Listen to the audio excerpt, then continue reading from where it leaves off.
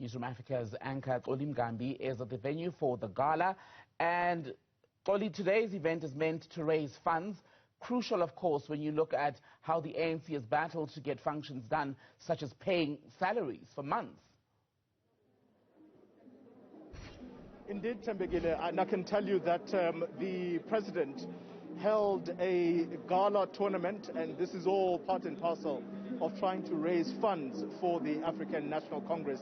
And incidentally, Tembegile, I'm seeing someone just beyond my camera, although you won't see him. It's Dr. Xoli Mngambi, our recent Minister of Health, who was removed from cabinet, and South Africans will remember as to why that was. This is someone, by the way, who was Treasurer General of the African National Congress when some of the problems started to emerge around finances. But let's speak to the current Treasurer General, Tembegile. That's Paul Mashatile, who joins us now.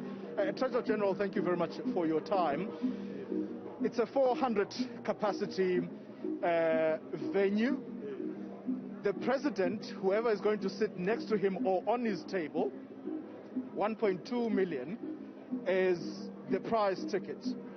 Those who will sit next to the deputy president, 1 million rand. And I'm saying these amounts in order for you to give us the total amount, because this venue, we're told, it's sold out. Well, you are quite right that we are selling tables. It's not a new thing. Every year during January 8, we do the same. Those who sit next to the president pay a bit more than the other tables. The reason is because we don't have money at the ANC to spend on a dinner like this. So we want to make sure that those who come pay enough for us to pay for the dinner, so that it's not a bill that we have to take to Luthuli House. Same as the golf. The golfers pay, so we pay these events, but some of the resources from the dinner and the golf will be used to pay for the rally itself. So we take care of all the expenses of January 8 through these activities. It may well be that we'll raise a bit of more money that will remain to be taken to the ANC for other operational costs. But the first thing is to pay for these events themselves. Well, it's a very clever explanation there, Treasurer General, because you're saying that in a way you've prepaid for this event, because what you are trying to avoid is a question around how it is that the ANC can organize, a lavish event when your own employees have not been paid. Yeah. So the people who come to these events basically pay for them. So I didn't bring money from the Luthuli House.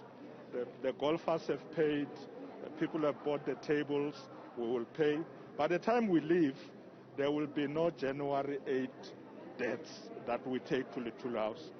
In fact, we may have a bit of money left that we will take to the Luthuli House to cater for other operational costs. While I take that on board, Treasurer General, on a more serious note, just reading in the newspapers today, some of the staffers being quoted there to say, people have been sympathetic towards us, but unfortunately, you cannot eat sympathy. Those words cannot surely sit well with someone like you, who literally holds the purse strings of the party.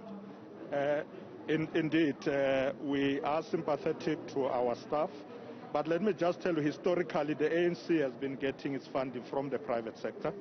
In fact, about 70% of our funding comes from the private sector. Once the Party Political Funding Act was introduced that wants disclosure, there are some people who are reluctant. So we do struggle to get funding on time, but just by the end of November this year, we actually spent 30 million rands paying salaries of our staff, just now, in November, because we have a huge salary bill. So that means you need to restructure the way that the ANC is run. Is that what you are essentially tasked with now? Yeah, indeed. That process has started. The officials have asked me, cut that bill by half. What does that mean, though? What does that mean, though, for those who get fired from government and go to Luthuli House? What it means is that there will be right sizing, so some people will be redeployed out of Luthuli House to other institutions. Those who have reached pensionable age will be taken off to go on pension. We have to reduce that, but we are avoiding to throw people into the streets. So we're busy talking to our political school and PBF, who can you take, etc., so that we don't have massive retrenchments. But we can't afford 18 million rand every month. We don't have. It's a lot of money. Let's wrap it up, Treasurer General. The question I would like to ask of you is that with this event sold out as it is, I was reading the comments of the convener of the Progressive Business Forum, who are the people that organized this for you, and they were saying it proves that business people want to listen to leaders of the ANC. What is it that you think draws them to the ANC still, when there's so much failure in the country? I think there is hope that with the ANC talking about renewal, things will change. And people come here to listen to leaders of the ANC. The president will be speaking this evening to say what are the challenges that we are facing and what is the way forward. I think people are looking for a message of hope that things will be better in the near future.